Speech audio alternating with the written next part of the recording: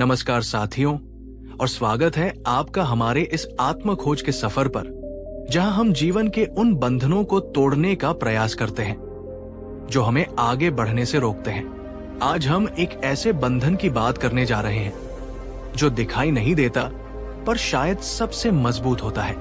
एक ऐसी जेल जिसकी दीवारें पत्थर की नहीं बल्कि हमारे अपने ही मन के भय और अज्ञान से बनी होती है। हम बात कर रहे हैं अंधविश्वास की। क्या आपने कभी सोचा है कि हम क्यों कुछ ऐसी परंपराओं और मान्यताओं का पालन करते हैं जिनका कोई तार्किक आधार नहीं होता? क्यों एक छींक आने पर हम रुक जाते हैं? क्यों किसी विशेष दिन पर कोई काम शुरू करने से डरते हैं? क्यों हम अपनी समस्याओं का समाधान किसी तावीज, किसी धागे या किसी कर्मकांड में ढूंढने लगते हैं? मैं आपसे एक बहुत ही व्यक्तिगत सवाल पूछना चाहता हूं। क्या आप भी अपने जीवन में किसी ऐसी मान्यता या परंपरा का पालन करते हैं जिस पर आपका तर्क तो सवाल उठाता है पर आपका मन डर के कारण उसे छोड़ नहीं पाता? अगर हाँ, तो बिना किसी झिझक के कमेंट में सिर्फ हाँ लिखिए। ये स्वीकार करना ही मुक्ति की ओर पहला कदम है। आज हम समय के पार एक यात्रा पर चलेंगे और जानेंगे कि आज से 2500 साल पहले तथागत गौतम बुद्ध ने हमें अंधविश्वास की इन अदृश्य जंजीरों से मुक्त होने के लिए कौन सी 5 अमूल्य और क्रांतिकारी शिक्षाएं दी थी। ये शिक्षाएं सिर्फ उपदेश नहीं है, बल्कि वे आपके मन के लिए एक टॉर्च की तरह है जो अज्ञान के अंधेरे को चीरकर विवेक के प्रकाश को प्रकट कर सकती है। इस यात्रा में मेरे साथ अंत तक बने रहिएगा, क्योंकि हर एक शिक्षा एक कहानी और एक गहरे सत्य के साथ जुड़ी है, और 5वीं शिक्षा इस पूरे विषय का सार है। और हाँ, अगर आप चाहते हैं कि ऐसे ही जीवन को सही दिशा देने वाले, मन को मुक्त करने वाले विचार आप तक पहुंचते रहें, तो अभी हमारे चैनल को सब्सक्राइब कर लीजिए और उस नन्हे से बेल आइकॉन को प्रेम से स्पर्श कर दीजिए। संगीत में एक ठहराव और फिर ज्ञान और स्पष्टता की धुन। तो चलिए अपने मन के सारे डर और संशय को कुछ पल के लिए परे रखकर बुद्ध के उस विवेकपूर्ण मार्ग को समझने का प्रयास करते हैं। बुद्ध की पहली और सबसे क्रांतिकारी शिक्षा अंधविश्वास की जड़ पर ही प्रहार करती है। ये शिक्षा हमें कालाम सुत्त नामक एक प्रसिद्ध उपदेश में मिलती है, जिसे बौद्ध धर्म में स्वतंत्र विचार का घोषणा पत्र भी कहा जाता है। कहानी कुछ इस प्रकार है।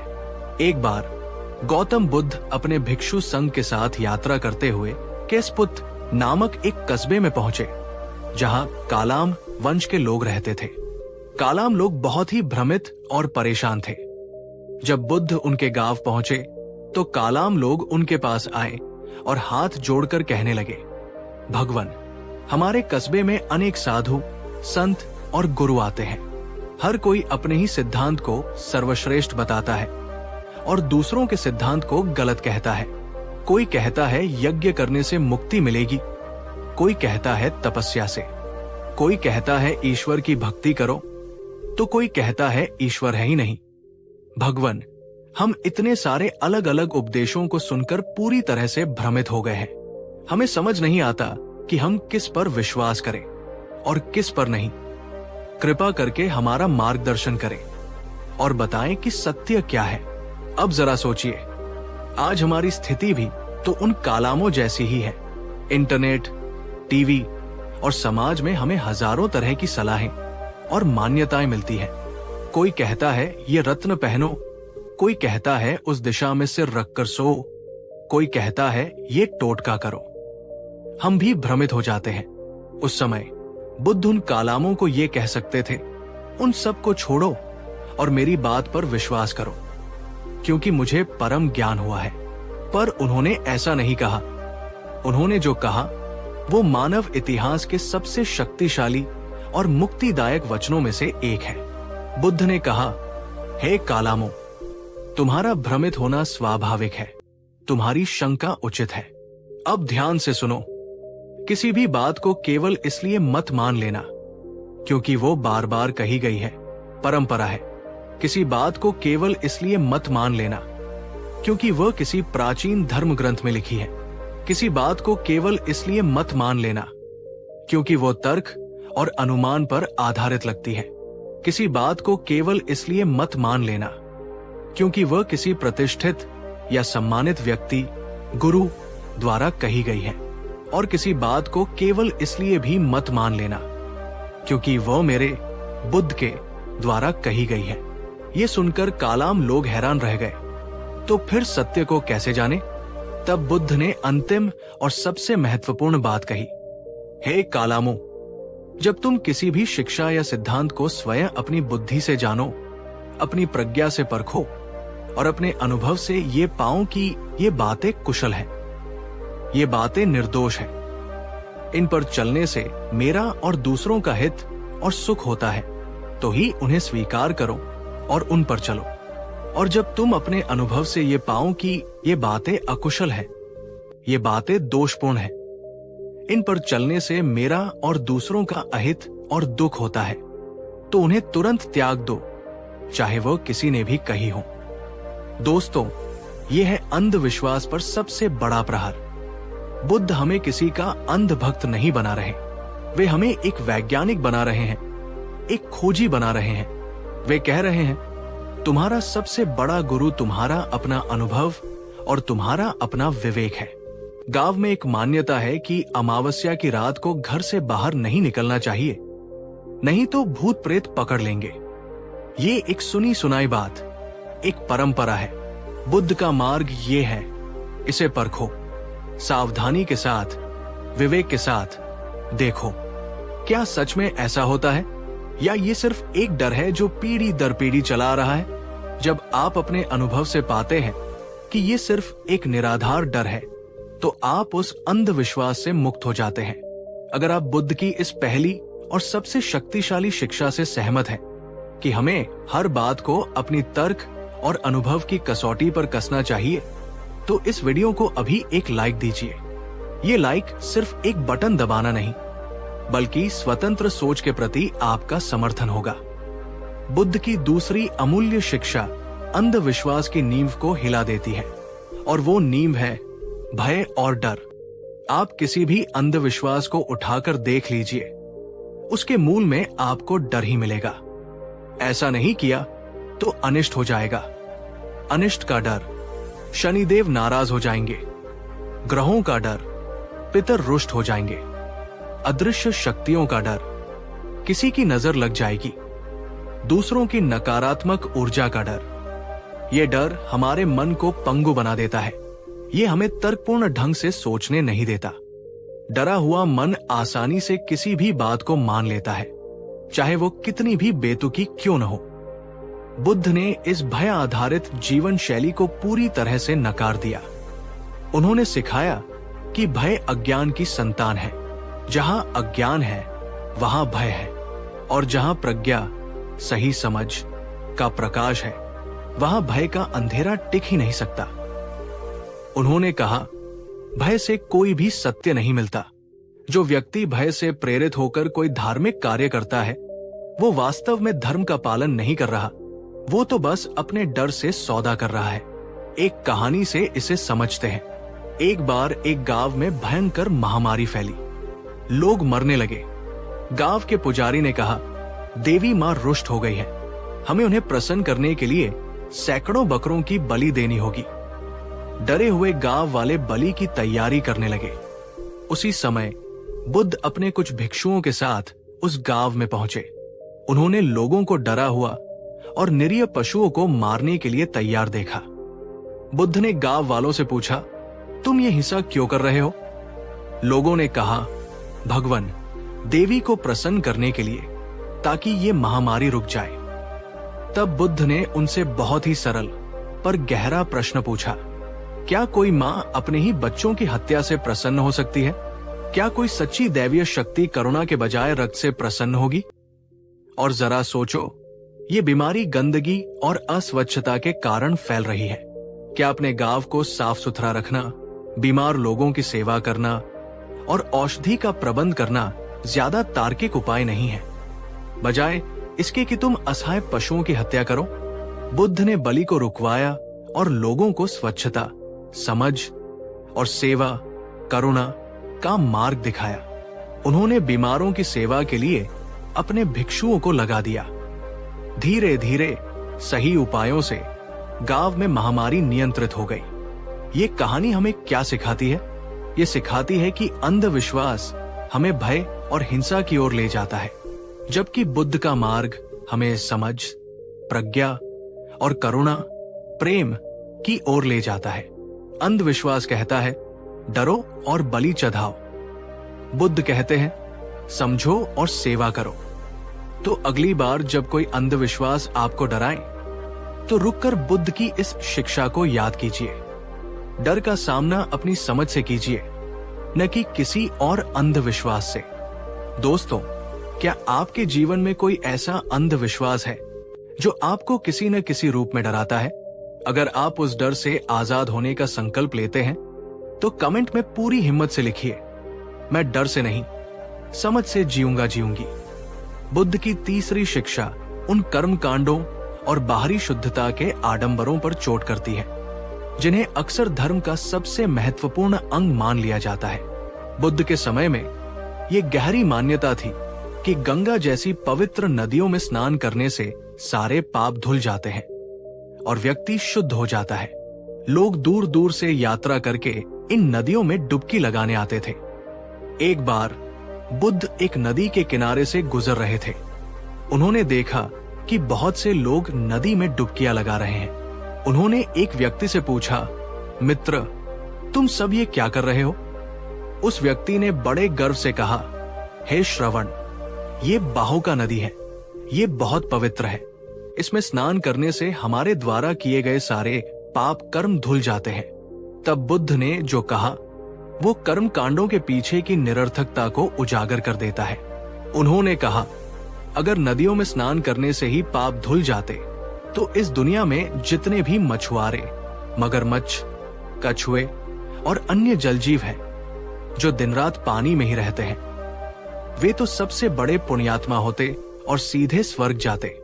और अगर ये पानी तुम्हारे मन के द्वेष, तुम्हारी घृणा और तुम्हारे बुरे कर्मों को धो सकता तो ये तुम्हारे शरीर के मैल को क्यों नहीं धो पाता, जिसके लिए तुम्हें साबुन का इस्तेमाल करना पड़ता है। उन्होंने आगे कहा, सच्ची नदी, सच्चा तीर्थ तो तुम्हारे भीतर है। वो है आर्य अष्टांगिक मार्ग, शील, नैतिकता, समाधि, ध्यान और प्रज्ञा, विवेक का तीर्थ। जब तुम इस भीतरी तीर्थ में स्नान करते हो, जब तुम अपने मन को लोभ, द्वेष और मोह के मैल से साफ करते हो, तभी तुम वास्तव में शुद्ध होते हो, चाहे तुमने किसी बाहरी नदी में स्नान किया हो या न किया हो। बुद्ध ये नहीं कह रहे थे कि स्वच्छता बुरी चीज है। वे कह रहे थे कि बाहरी स्वच्छता को आंतरिक शुद्धता का विकल्प मान लेना एक बहुत बड़ा अंधविश्वास है। आप बाहर से कितने भी साफ सुथरे दिखें, कितने भी तिलक लगाएं, कितने भी पूजा पाठ करें, पर अगर आपके मन में क्रोध, ईर्ष्या, घृणा और बेईमानी भरी है तो वो सब कुछ व्यर्थ है, एक दिखावा मात्र है। सच्चा धर्म बाहरी कर्मकांड में नहीं, आंतरिक रूपांतरण में है। अगर आप बुद्ध की इस बात को गहराई से समझते हैं कि असली शुद्धता मन की होती है, शरीर की नहीं, तो इस वीडियो को अपने उन सभी दोस्तों और परिवारजनों के साथ शेयर कीजिए जो शायद बाहरी कर्मकांडों में ही उलझे रह गए हैं। शायद ये संदेश उन्हें धर्म के गहरे अर्थ को समझने में मदद करे। बुद्ध की चौथी शिक्षा आज के समय में शायद सबसे ज्यादा प्रासंगिक है। ये उन अंधविश्वासों पर प्रहार करती है जो शुभ अशुभ मुहूर्त, शकुन अपशकुन और ग्रहों के प्रभाव से जुड़े हैं। आज भी हम कोई बड़ा काम करने से पहले पंडित जी से मुहूर्त निकलवाते हैं। बिल्ली रास्ता काट जाए तो रुक जाते हैं। घर से निकलते समय कोई छींक दे तो अपशकुन मान लेते हैं। हमें लगता है कि हमारी सफलता या असफलता इन बाहरी संकेतों पर निर्भर करती है। बुद्ध ने इन सभी मान्यताओं को तिरच्छान विद्या कहा, जिसका अर्थ है निम्न स्तर का ज्ञान या अंधविश्वासी कलाएं। उन्होंने अपने भिक्षुओं को ज्योतिष, शकुन विचार और भविष्यवाणियां करने से सख्त मना किया था। क्यों? क्योंकि बुद्ध के अनुसार तुम्हारा भविष्य किसी ग्रहनक्षत्र या किसी बाहरी शकुन पर निर्भर नहीं करता। तुम्हारा भविष्य केवल और केवल एक चीज पर निर्भर करता है, और वो है तुम्हारा कर्म। एक बार किसी ने बुद्ध से पूछा, भगवान, कौन सा नक्षत्र, कौन सा दिन और कौन सा मुहूर्त सबसे शुभ होता है? बुद्ध ने उत्तर दिया, जिस क्षण तुम कोई कुशल कर्म, अच्छा काम करते हो, प्रेम और करुणा से भरा हुआ, सही समझ के साथ, वही क्षण तुम्हारे लिए सबसे शुभ मुहूर्त है। और जिस क्षण तुम कोई अकुशल कर्म, बुरा काम करते हो, घृणा, लोभ या अज्ञान से भरा हुआ, वही क्षण तुम्हारे लिए सबसे अशुभ मुहूर्त है, चाहे उस दिन पंचांग में कितनी भी अच्छी तिथि क्यों न लिखी हो। उन्होंने शकुन अपशकुन के बारे में कहा, सुबह उठकर किसी अच्छे व्यक्ति का मुख देखना शुभ शकुन नहीं है, बल्कि सुबह उठकर अपने मन में अच्छे विचार लाना, मैत्री और करुणा का भाव लाना, ये असली शुभ शकुन है। किसी उल्लू का बोलना या बिल्ली का रास्ता काटना अपशकुन नहीं है, बल्कि अपने मुख से कठोर वचन बोलना, किसी को धोखा देना या मन में बुरे विचार रखना, ये असली अपशकुन है। बुद्ध हमें शक्तिहीन बनाने वाली ज्योतिष और शकुन विद्या से निकालकर हमें अपने कर्मों का स्वामी बनाते हैं। वे कहते हैं, बाहर के ग्रहों को पूजने से बेहतर है अपने मन के विकारों को जीतो। तुम्हारा सबसे बड़ा ग्रह जो तुम्हारे जीवन को चलाता है, वो तुम्हारा अपना मन है। अगर तुमने अपने मन को साध लिया तो सारे ग्रह तुम्हारे अनुकूल हो जाएंगे। ये एक बहुत ही शक्तिशाली विचार है। क्या आप भी अक्सर मुहूर्त या शकुन अपशकुन के चक्कर में पड़कर अपने महत्वपूर्ण कामों को टाल देते हैं या बेवजह चिंतित हो जाते हैं? अगर आज से आप ये संकल्प लेते हैं कि मेरा शुभ मुहूर्त मेरा अच्छा कर्म है, तो कमेंट में ये पंक्ति जरूर लिखिए। बुद्ध की 5वीं और अंतिम शिक्षा शायद इन सभी का सार है। ये हमें सिखाती है कि किसी भी अंधविश्वास का सबसे बड़ा कारण है दूसरों पर निर्भरता और अपनी आंतरिक शक्ति में अविश्वास। जब हमें लगता है कि हम अपनी समस्याओं को खुद हल नहीं कर सकते, तब हम बाहरी सहारों की तलाश करते हैं। कोई गुरु, कोई देवता, कोई तावीज, कोई टोटका। हम अपनी शक्ति किसी और को सौंप देते हैं और उसके चमत्कार का इंतजार करने लगते हैं। बुद्ध ने हमें त्रिरत्न की शरण में जाने का उपदेश दिया। बुद्ध शरण गच्छामि, धम्म शरण गच्छामि, संघं शरण गच्छामि। लेकिन उनकी शरण की अवधारणा भी बहुत क्रांतिकारी थी। बुद्ध की शरण में जाने का मतलब किसी व्यक्ति विशेष की पूजा करना नहीं, बल्कि अपने भीतर की बुद्ध क्षमता में विश्वास करना है। धम्म की शरण में जाने का मतलब किसी किताब को पूजना नहीं, बल्कि प्रकृति के नियमों जैसे कर्म का नियम, अनित्यता को समझना और उनके अनुसार जीना है। संत की शरण में जाने का मतलब किसी समूह का अंधानुकरण करना नहीं, बल्कि उन कल्याण मित्रों की संगति करना है जो आपको सत्य के मार्ग पर चलने में मदद करें। बुद्ध ने कभी नहीं कहा कि मैं तुम्हें मुक्ति दूंगा। उन्होंने हमेशा कहा, मैंने मुक्ति का मार्ग खोज लिया है, पर उस पर चलना तो तुम्हें ही पड़ेगा। उन्होंने अपने अंतिम समय में अपने शिष्य आनंद से जो कहा, वो इस शिक्षा का शिखर है। अब दीपो भव आनंद। तुम सब अपना दीपक स्वयं बनो, अपनी शरण स्वयं बनो, किसी और की शरण मत खोजो। अंधविश्वास हमें दूसरों पर निर्भर और कमजोर बनाता है। बुद्ध का धम्म हमें आत्मनिर्भर और शक्तिशाली बनाता है। अंधविश्वास कहता है कोई और तुम्हारी रक्षा करेगा। बुद्ध कहते हैं अत्ता ही अत्नो नाथ हो, तुम ही अपने स्वामी हो, तुम ही अपने रक्षक हो। तो जब भी आप किसी अंधविश्वास के जाल में खुद को फंसता हुआ पाएं, तो रुककर खुद से पूछें, क्या ये मुझे शक्तिशाली बना रहा है या कमजोर?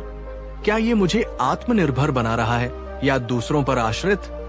अगर जवाब कमजोर और आश्रित है, तो समझ लीजिए कि आप बुद्ध के मार्ग पर नहीं हैं। तो मेरे प्यारे साथियों, ये थी गौतम बुद्ध की वो 5 अमूल्य शिक्षाएं जो हमें हर प्रकार के अंधविश्वास, भय और बाहरी आडंबरों से मुक्त कर सकती है। 1. हर बात को अपने तर्क और अनुभव की कसौटी पर कसो, कालाम सुत्त। 2. भय और डर से नहीं, बल्कि समझ और करुणा के साथ जियो। 3. आंतरिक शुद्धता पर ध्यान दो, बाहरी कर्म कांडों पर नहीं। 4. तुम्हारा सबसे बड़ा मुहूर्त तुम्हारा अच्छा कर्म है, कोई ग्रह या शकुन नहीं। 5. आत्मनिर्भर बनो, अपना दीपक स्वयं बनो। बुद्ध का मार्ग किसी भी आस्था या परंपरा का अपमान नहीं करता। वो बस हमें आंखें खोलकर देखने के लिए कहता है। वो हमें भेड़ बनने के बजाय एक जागरूक इंसान बनने के लिए प्रेरित करता है। अब सवाल यह है, इन 5 शिक्षाओं में से कौन सी एक शिक्षा ने आपको सबसे ज्यादा प्रभावित किया और जिसे आप आज से ही अपने जीवन में लागू करने का प्रयास करेंगे? अपना जवाब नीचे कमेंट सेक्शन में जरूर साझा कीजिए। आपके विचार पढ़ना हम सबके लिए प्रेरणादायक होगा।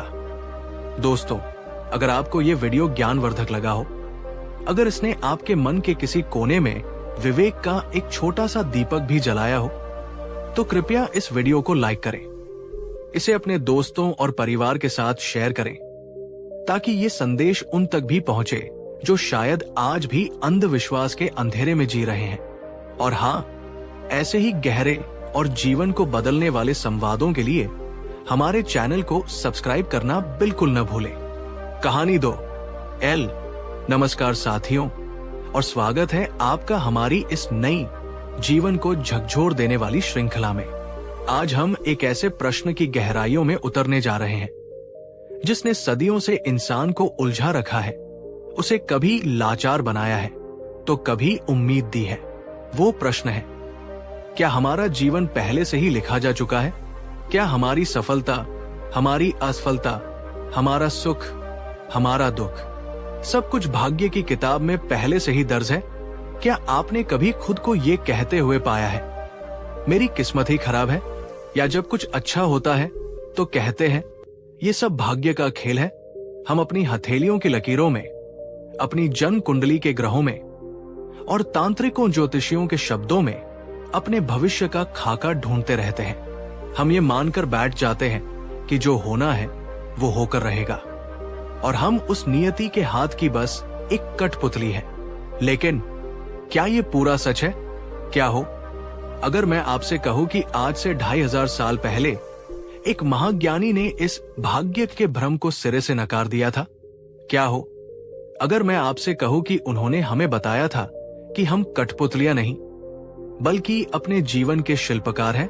जी हाँ, आज हम अपनी यात्रा के पहले पड़ाव पर जानेंगे कि गौतम बुद्ध ने क्यों कहा था, अपने कर्मों पर भरोसा करो, भाग्य पर नहीं। ये सिर्फ एक उपदेश नहीं बल्कि एक पूरी कहानी है, एक ऐसे इंसान की कहानी जो भाग्य के जाल में फंसकर टूट चुका था और कैसे बुद्ध के एक सत्य ने उसे उसकी खोई हुई शक्ति वापस दिलाई। इस श्रृंखला के चारों एपिसोड एक दूसरे से जुड़े हैं, इसलिए इस यात्रा को पूरी तरह समझने के लिए हर एपिसोड को अंत तक ध्यान से सुनिएगा। और अगर आप चाहते हैं कि आपके जीवन की दिशा बदलने वाली ये ज्ञान गंगा आप तक निरंतर पहुंचती रहे, तो अभी हमारे चैनल को सब्सक्राइब कर लीजिए और बेल आइकॉन को दबाना न भूलें। तो चलिए अपने मन के सारे पूर्वग्रहों को एक तरफ रखकर एक गहरी सांस लेते हैं और उस कहानी में प्रवेश करते हैं जो शायद आपके भाग्य को देखने का नजरिया हमेशा के लिए बदल दे। ये बात उस समय की है जब मगध का साम्राज्य अपनी समृद्धि के लिए जाना जाता था। उसी साम्राज्य के एक छोटे से गांव में हरिदास नाम का एक किसान रहता था। हरिदास मेहनती था, उसके इरादे नेक थे, पर उसका सबसे बड़ा शत्रु था उसका अपना विश्वास, भाग्य पर अटूट विश्वास। बचपन में एक ज्योतिषी ने उसकी कुंडली देखकर भविष्यवाणी की थी, इस बालक के भाग्य में आजीवन संघर्ष और दरिद्रता लिखी है। ये चाहे कितनी भी मेहनत कर ले, इसे कभी अपनी मेहनत का पूरा फल नहीं मिलेगा। इसका भाग्य ही प्रबल है। ये एक बात हरिदास के मन में जहर की तरह घुल गई थी। वो जब भी कोई काम करता, उसके मन में यही विचार कौंधता, क्या फायदा, किस्मत में तो गरीबी ही लिखी है। अगर फसल अच्छी होती तो वो कहता, ये तो बस संयोग है, अगली बार देखना, भाग्य अपना रंग जरूर दिखाएगा। और अगर फसल खराब हो जाती तो वो गहरी सांस लेकर कहता, देखा, मैंने कहा था ना, किस्मत के आगे किसी की नहीं चलती। धीरे धीरे इस नकारात्मक सोच ने उसकी मेहनत को भी दीमक की तरह चाटना शुरू कर दिया। वो सुबह खेत पर जाता तो था, पर उसके हाथों में वो ऊर्जा नहीं थी, उसके मन में वो लगन नहीं थी। वो बीज बोने से पहले ही ये मान लेता था कि इसमें से आधे तो उगेंगे ही नहीं। वो सिंचाई के लिए नहर खोदने से पहले ही सोच लेता था कि इस साल तो सूखा ही पड़ेगा। उसके पड़ोसी किसान, जो उससे कम साधन संपन्न थे, अपनी सूझबूझ और कड़ी मेहनत से हर साल अपनी स्थिति सुधार रहे थे। पर हरिदास वही का वही था, बल्कि और भी गर्त में धंसता जा रहा था। उसका घर टूटने लगा था, उसके बच्चे भूखे रहने लगे थे और उसकी पत्नी की आंखों में हमेशा चिंता तैरती रहती थी। वो अक्सर अपनी हथेलियों की उलझी हुई लकीरों को घंटों तक घूरता रहता और बड़बड़ाता, हे विधाता, जब मेरे भाग्य में यही सब लिखना था तो मुझे जन्म ही क्यों दिया। वो भाग्य का कैदी बन चुका था, एक ऐसी अदृश्य जेल में बंद, जिसकी दीवारें किसी और ने नहीं, उसके अपने ही विश्वास ने खड़ी की थी। वो कर्म करने से पहले ही भाग्य के नाम पर हार मान लेता था। दोस्तों, एक पल रुककर ईमानदारी से सोचिए, क्या आपके जीवन में भी कोई ऐसा भाग्य का लेख है जिसे आप सच मानकर बैठ गए हैं? क्या किसी की कही हुई कोई नकारात्मक बात या कोई पुरानी असफलता आपको आगे बढ़ने से रोक रही है? अगर हाँ, तो कमेंट में सिर्फ हाँ लिखिए। ये स्वीकार करना ही बदलाव की पहली सीढ़ी है। एक दिन गांव में ये समाचार फैला कि मनुष्यों के दुख हरने वाले ज्ञान के सागर तथागत गौतम बुद्ध पास के ही एक आम के उपवन में पधारे हैं। लोग अपनी अपनी समस्याओं और प्रश्नों को लेकर उनके पास जा रहे थे। हरिदास की पत्नी ने उससे आग्रह किया, स्वामी, आप भी एक बार तथागत के पास जाइए। सुना है उनकी वाणी में जादू है, क्या पता वे आपके इस दुर्भाग्य को दूर करने का कोई उपाय बता दे। पहले तो हरिदास ने मना कर दिया, क्या फायदा, वे मेरे भाग्य को कैसे बदल सकते हैं जो स्वयं ब्रह्मा ने लिखा है। लेकिन अपनी पत्नी के आंसू और अपने बच्चों के भूखे चेहरे देखकर उसका दिल पसीज गया। उसने सोचा, चलो एक आखिरी कोशिश करने में क्या हर्ज है। वो निराश मन और भारी कदमों से बुद्ध के समक्ष पहुंचा।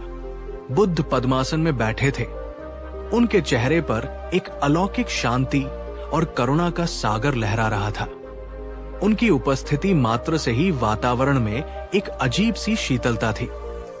हरिदास ने बुद्ध को प्रणाम किया और उनके चरणों के पास बैठ गया। बुद्ध ने अपनी करुणामयी आंखें खोली और हरिदास की ओर देखकर मृदु स्वर में पूछा, कहो वत्स, तुम्हारे मुख पर इतनी निराशा और वेदना क्यों है? ऐसा कौन सा बोझ है जो तुम ढो रहे हो? बुद्ध की आवाज में इतनी आत्मीयता थी कि हरिदास के अंदर का सारा दबा हुआ दर्द फूट पड़ा। उसने रोते रोते अपनी पूरी कहानी कह सुनाई, उस ज्योतिषी की भविष्यवाणी से लेकर अपनी हर असफलता तक।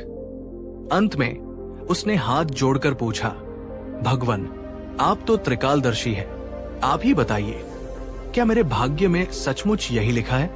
क्या मैं आजीवन इसी तरह संघर्ष करते हुए मर जाऊंगा? क्या इस लिखे हुए भाग्य को बदलने का कोई उपाय नहीं है? कृपा करके मेरा मार्गदर्शन कीजिए, मैं थक चुका हूं। बुद्ध ने अत्यंत धैर्य और शांति से उसकी पूरी बात सुनी। वहां उपस्थित सभी लोग हरिदास की कहानी सुनकर द्रवित हो गए और उत्सुकता से बुद्ध के उत्तर की प्रतीक्षा करने लगे। बुद्ध कुछ क्षण मौन रहे, फिर उनके होठों पर एक रहस्यमयी मुस्कान आई। उन्होंने हरिदास से कहा, हरिदास, उठो, सबसे पहले ये बताओ, वो ज्योतिषी कौन था जिसने तुम्हारे भाग्य को लिखा? वो ब्रह्मा कौन है जिसने तुम्हारी नियति तय की? क्या तुम कभी उनसे मिले हो? हरिदास ने आश्चर्य से कहा, नहीं भगवान, मैं तो उनसे कभी नहीं मिला। ये तो बस शास्त्रों और मान्यताओं की बातें हैं। बुद्ध की मुस्कान और गहरी हो गई। उन्होंने कहा, वत्स, जिस चीज को तुमने कभी देखा नहीं, जिसे तुमने कभी जाना नहीं, उसके लिखे हुए एक लेख पर तुमने अपने पूरे जीवन को, अपनी पूरी शक्ति को दांव पर लगा दिया? ये एक सीधा और सरल प्रश्न था, पर इसने हरिदास को अंदर तक हिलाकर रख दिया। बुद्ध ने हरिदास के भ्रम को तोड़ने के लिए उसे समझाना शुरू किया। उन्होंने कहा, हरिदास, ये जो तुम जिसे भाग्य या नियति कहते हो, ये एक गहरा भ्रम है, एक मानसिक आलस्य है। ये उन लोगों का बहाना है जो अपने जीवन की जिम्मेदारी लेने से डरते हैं। उन्होंने अपने मन को समझाने के लिए एक आसान सा शब्द गढ़ लिया है, भाग्य। जरा सोचो, अगर सब कुछ पहले से ही लिखा हुआ है तो फिर प्रयास का, पुरुषार्थ का, अच्छे और बुरे का क्या अर्थ रह जाता है?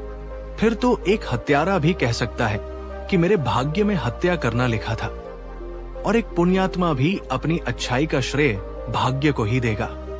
ऐसे में तो कर्म का कोई मूल्य ही नहीं रह जाएगा। क्या ये तर्क संगत लगता है?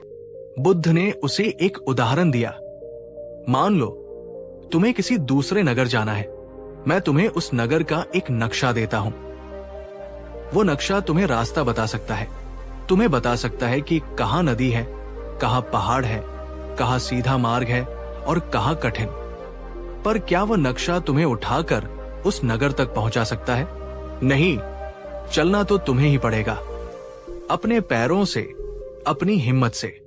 अगर तुम नक्शे को देखते रहो और ये कहते रहो कि मेरी किस्मत में पहुंचना लिखा होगा तो पहुंच जाऊंगा, तो तुम जीवन भर वही बैठे रह जाओगे। तुम्हारा तथाकथित भाग्य भी उसी नक्शे की तरह है। तुम्हारी जन्म की परिस्थितियां, तुम्हारा शरीर, तुम्हारा परिवार, ये सब तुम्हारी यात्रा का आरंभिक बिंदु हो सकता है। पर यात्रा करनी कैसे है, किस रास्ते पर चलना है और मंजिल तक पहुंचना है या नहीं, ये पूरी तरह से तुम्हारे अपने निर्णयों और तुम्हारे अपने कर्मों पर निर्भर करता है। हरिदास मंत्रमुग्ध होकर सुन रहा था। उसे ऐसा लग रहा था जैसे उसके मन पर पड़ी धूल की परतें हट रही है। बुद्ध ने आगे कहा, लोग कहते हैं भाग्य प्रबल है, मैं कहता हूं कर्म प्रबल है। भाग्य अतीत के कर्मों का परिणाम हो सकता है, पर वर्तमान का कर्म तुम्हारे भविष्य का निर्माता है। तुम हर क्षण अपने हर विचार से, अपने हर वचन से और अपने हर कर्म से अपने आने वाले कल को गढ़ रहे हो। तुम किसी के लिखे हुए लेख के कैदी नहीं हो, तुम स्वयं अपने भाग्य के लेखक हो। यह सुनकर हरिदास की आंखों में पहली बार निराशा की जगह आश्चर्य और आशा की एक किरण चमकी। दोस्तों, बुद्ध की ये बात कितनी शक्तिशाली है। तुम स्वयं अपने भाग्य के लेखक हो। अगर आप इस बात पर विश्वास करते हैं या आज से विश्वास करने का संकल्प लेते हैं, तो इस वीडियो को अभी एक लाइक दीजिए और पूरे आत्मविश्वास के साथ कमेंट में लिखिए, मैं अपने भाग्य का लेखक हूं। ये सिर्फ एक कमेंट नहीं, आपके लिए एक अफर्मेशंस, सकारात्मक संकल्प होगा। हरिदास ने कांपते हुए स्वर में पूछा, लेकिन भगवान, अगर भाग्य कुछ नहीं है तो फिर ये सब जो मेरे साथ हो रहा है, ये क्यों हो रहा है? क्यों कुछ लोग सुखी हैं और कुछ दुखी?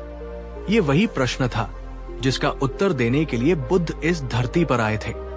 उन्होंने कर्म के गहन पर सरल सिद्धांत को समझाना शुरू किया। बुद्ध बोले, हरिदास, इसका कारण भाग्य नहीं, कर्म का विधान है। ये प्रकृति का एक अटल नियम है, जैसे गुरुत्वाकर्षण का नियम। ये किसी भगवान या ब्रह्मा द्वारा नहीं चलाया जाता, ये स्वतः ही संचालित होता है। इसे एक सरल उदाहरण से समझो। तुम एक किसान हो, तुम बीजों को भली भांति समझते हो। अगर तुम आम का बीज बोओगे तो तुम्हें क्या मिलेगा? हरिदास ने कहा, भगवन, आम का पेड़ मिलेगा। बुद्ध ने पूछा, और अगर तुम नीम का कड़वा बीज बोओगे तो? हरिदास बोला, तो कड़वा नीम ही उगेगा। भगवन। बुद्ध ने कहा, क्या ऐसा कभी हो सकता है कि तुम बीज तो नीम का बो, पर तुम्हारी किस्मत बहुत अच्छी हो, इसलिए तुम्हें मीठे आम का फल मिल जाए, या तुम बीज आम का बो पर तुम्हारा भाग्य खराब हो, इसलिए उस पर कड़वे नीम लग जाएं? हरिदास ने सिर हिलाकर कहा, नहीं भगवन, ऐसा असंभव है। जैसा बीज होगा वैसा ही फल मिलेगा। ये तो प्रकृति का सीधा सा नियम है। बुद्ध के चेहरे पर एक दीप्ति छा गई। उन्होंने कहा, बस हरिदास, तुमने कर्म के विधान को समझ लिया। जैसे खेत में होता है वैसे ही जीवन में होता है। तुम्हारे विचार, तुम्हारे वचन और तुम्हारे कार्य, ये सब बीजों की तरह है। अगर तुम अपने मन में क्रोध, घृणा, ईर्ष्या और आलस्य के बीज बोओगे तो तुम्हारे जीवन में दुखों और असफलताओं के कड़वे फल ही उगेंगे। कोई भाग्य या कोई देवता इसे बदल नहीं सकता। और अगर तुम अपने मन में प्रेम, करुणा, दया, परिश्रम और साहस के बीज बोओगे तो तुम्हारे जीवन में सुख, शांति और सफलता के मीठे फल अवश्य लगेंगे। कोई दुर्भाग्य या कोई श्राप इसे रोक नहीं सकता। तुम्हारे साथ जो कुछ भी हो रहा है वो किसी और के लिखे हुए भाग्य का परिणाम नहीं, बल्कि तुम्हारे ही अतीत में बोए गए कर्म बीजों का फल है, जो आज पककर तैयार हुए हैं। और आज तुम जो बीज बो रहे हो वही तुम्हारा भविष्य तय करेगा। ये सुनकर हरिदास स्तब्ध रह गया। पहली बार उसे अपने दुखों का कारण किसी बाहरी शक्ति में नहीं, बल्कि अपने ही भीतर नजर आया। उसे समझ आया कि वो अपनी किस्मत को नहीं, बल्कि अपनी सोच और अपने कर्मों को कोस रहा था। बुद्ध के शब्दों ने हरिदास के मन में क्रांति ला दी थी। उसके ऊपर से वर्षों का बोझ उतर गया था। उसे ऐसा महसूस हो रहा था जैसे वो वर्षों से एक अंधेरी कोठरी में बंद था और आज किसी ने आकर उसका दरवाजा खोल दिया हो। वो भाग्य का कैदी नहीं था, वो एक किसान था और उसका जीवन उसका खेत था। अब तक वो अनजाने में उसमें कड़वे बीज बोता आया था, पर आज, अभी, इसी क्षण उसके पास ये शक्ति थी कि वो नए, मीठे और शक्तिशाली बीज बो सके।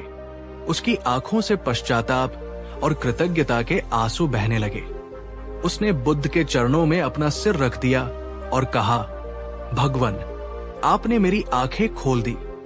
आपने मुझे मेरी खोई हुई शक्ति का एहसास करा दिया। मैं अब कभी भाग्य को नहीं कोसूंगा। मैं आज से, अभी से अपने जीवन के खेत में केवल श्रेष्ठ कर्मों के बीज ही बोऊंगा। बुद्ध ने उसके सिर पर हाथ रखकर आशीर्वाद दिया और कहा, तथास्तु। याद रखना हरिदास, यात्रा लंबी हो सकती है। पुराने बोए हुए कड़वे बीजों के कुछ फल अभी भी उग सकते हैं। उनसे घबराना मत। बस धैर्य और निरंतरता के साथ नए, अच्छे बीज बोते रहना। तुम्हारा भविष्य निश्चित रूप से उज्जवल होगा। हरिदास जब उस उपवन से बाहर निकला तो वो एक नया इंसान था। उसकी चाल बदल गई थी, उसकी दृष्टि बदल गई थी, उसका पूरा अस्तित्व बदल गया था।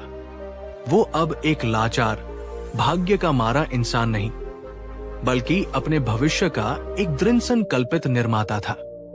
घर लौटकर उसने अपनी कुदाल उठाई, लेकिन इस बार उसने कुदाल जमीन पर चलाने से पहले उसे अपने मन पर चलाया। उसने अपने मन से मेरी किस्मत खराब है वाले विचार को जड़ से उखाड़ फेंका और फिर एक नई ऊर्जा, एक नई आशा के साथ उसने अपने खेत पर काम करना शुरू किया। ये उसके कर्म की नई यात्रा का पहला कदम था। तो दोस्तों, ये थी हमारी आज की कहानी, हरिदास की कहानी, जो शायद हम में से बहुतों की कहानी है। हम भी अक्सर अपनी जिम्मेदारियों से भागने के लिए, अपनी असफलताओं को सही ठहराने के लिए भाग्य और किस्मत की ढाल का इस्तेमाल करते हैं। लेकिन बुद्ध हमें जगाते हैं। वे हमें याद दिलाते हैं कि हमारे जीवन की बागडोर पूरी तरह से हमारे अपने हाथों में है। हम जो सोचते हैं, हम जो कहते हैं और हम जो करते हैं, वही हमारा भाग्य बनता है। आज का सबसे बड़ा सबक, भाग्य एक भ्रम है, कर्म ही परम सत्य है। लेकिन कहानी अभी खत्म नहीं हुई है, ये तो बस शुरुआत है। हरिदास ने कर्म के मार्ग पर अपना पहला कदम तो रख दिया है, पर क्या ये मार्ग इतना आसान है? क्या सिर्फ अच्छा काम करना ही काफी है, या कर्म का कोई और भी गहरा रहस्य है? क्या होता है जब हम अच्छा कर्म करते हैं फिर भी हमारे साथ बुरा होता है? और कर्म कितने प्रकार के होते हैं, इन सभी प्रश्नों के उत्तर हम जानेंगे अपनी श्रृंखला के अगले एपिसोड में, जिसका शीर्षक है कर्म का गहरा रहस्य। सिर्फ कर्म नहीं, आपकी नियत आपका भविष्य लिखती है। पिछले एपिसोड में हमने हरिदास की कहानी के माध्यम से जाना कि जिसे हम भाग्य या किस्मत कहते हैं, वो वास्तव में एक गहरा भ्रम है। बुद्ध ने हमें सिखाया कि हम अपनी नियति के हाथ की कठपुतलियां नहीं, बल्कि अपने जीवन के शिल्पकार हैं। हमारा हर कर्म, चाहे वो मन से हो, वचन से हो या शरीर से, एक बीज की तरह है जो हमारे भविष्य का निर्माण करता है। हमने ये संकल्प लिया था, मैं अपने भाग्य का लेखक हूं। लेकिन क्या ये इतना ही सरल है? क्या सिर्फ अच्छे दिखने वाले काम कर लेना ही काफी है? क्या आपके मन में कभी ये सवाल उठा है, मैं तो हमेशा सबके साथ अच्छा करता हूं, फिर भी मेरे साथ ही बुरा क्यों होता है? वो व्यक्ति तो इतने पूजा पाठ, दान पुण्य करता है, फिर भी उसके जीवन में इतनी अशांति क्यों है? और वह दूसरा व्यक्ति जो बाहर से इतना कठोर और बुरा दिखता है, वो इतना सफल और सुखी कैसे है? ये प्रश्न हमें अक्सर कर्म के सिद्धांत पर संदेह करने के लिए मजबूर कर देते हैं। हमें लगता है कि शायद ये विधान उतना सीधा नहीं है जितना दिखता है। और आप सही हैं, ये विधान सीधा है पर बहुत गहरा है। आज इस दूसरे एपिसोड में हम कर्म के उसी गहरे रहस्य की परतों को खोलेंगे। हम जानेंगे कि गौतम बुद्ध के अनुसार हमारे कर्म का फल सिर्फ बाहरी क्रिया पर नहीं, बल्कि एक और ज्यादा शक्तिशाली चीज पर निर्भर करता है, और वो है हमारी नियत, हमारी चेतना, हमारा इंटेंशन। आज की कहानी हरिदास की यात्रा को आगे बढ़ाएगी और हमें ये सिखाएगी कि क्यों एक ही जैसा दिखने वाला कर्म दो अलग अलग लोगों के लिए पूरी तरह से अलग परिणाम ला सकता है। अगर आपने पहला एपिसोड नहीं देखा है तो मेरा सुझाव है कि आप उसे जरूर देखें, ताकि आप इस श्रृंखला की निरंतरता को बेहतर ढंग से समझ सकें। और हाँ, अगर आप कर्म के इस गूढ़ रहस्य को पूरी तरह समझना चाहते हैं तो इस वीडियो के अंत तक मेरे साथ बने रहिएगा। तो चलिए अपने मन के दरवाजे खोलकर उस सूक्ष्म सत्य को जानने के लिए तैयार हो जाइए जो हमारे हर कर्म के पीछे छिपा होता है। बुद्ध से मिलकर लौटने के बाद हरिदास एक बिल्कुल नया इंसान बन चुका था। उसके मन से भाग्य का बोझ उतर चुका था और उसकी जगह कर्म के सिद्धांत ने ले ली थी। अब वो सुबह होने का इंतजार नहीं करता था, बल्कि सुबह उसके उठने का इंतजार करती थी। उसने अपने सूखे पड़े खेत में दिन रात एक कर दिए। उसने जमीन को खोदा, उसमें खाद डाली, नई नहरें बनाई और सबसे अच्छी गुणवत्ता वाले बीज बोए। अब वो हर काम पूरी लगन, पूरी ऊर्जा और एक सकारात्मक सोच के साथ करता था। वो बीज बोते हुए ये नहीं सोचता था कि ये उगेगा या नहीं, बल्कि ये सोचता था कि मैं इसे उगाने के लिए अपनी पूरी शक्ति लगा दूंगा। उसकी इस बदली हुई ऊर्जा का असर उसके परिवार पर भी पड़ा। उसकी पत्नी अब ज्यादा खुश रहने लगी। उसके बच्चे भी उसके काम में हाथ बंटाने लगे। गांव के जो लोग पहले उसे भाग्य का मारा कहकर उसका उपहास उड़ाते थे, अब वे उसकी मेहनत देखकर आश्चर्यचकित थे। कुछ महीनों की अथक मेहनत के बाद परिणाम दिखने शुरू हुए। उसका खेत, जो कभी बंजर और वीरान दिखता था, अब हरी भरी फसल से लहला रहा था। वैसी फसल उस गांव में किसी और की नहीं थी। जब फसल कटी तो उसे उम्मीद से कई गुना ज्यादा अनाज मिला। उसने अपना सारा कर्ज चुका दिया, घर की मरम्मत करवाई और कई वर्षों बाद उसके परिवार ने भरपेट भोजन किया। हरिदास की आंखों में खुशी के आंसू थे। उसने मन ही मन बुद्ध को प्रणाम किया और सोचा, तथागत ने सत्य ही कहा था। कर्म ही प्रबल है। जैसा मैंने बोया वैसा ही मैंने काटा। लेकिन कहानी यहाँ एक नया मोड़ लेती है। उसी गांव में एक और व्यक्ति रहता था जिसका नाम था धनपाल। धनपाल गांव का सबसे अमीर सेठ था। वो बहुत धार्मिक भी था। वो रोज मंदिर जाता, बड़े बड़े दान देता, साधु संतों के लिए विशाल भंडारे आयोजित करता और हमेशा मीठी मीठी बातें करता।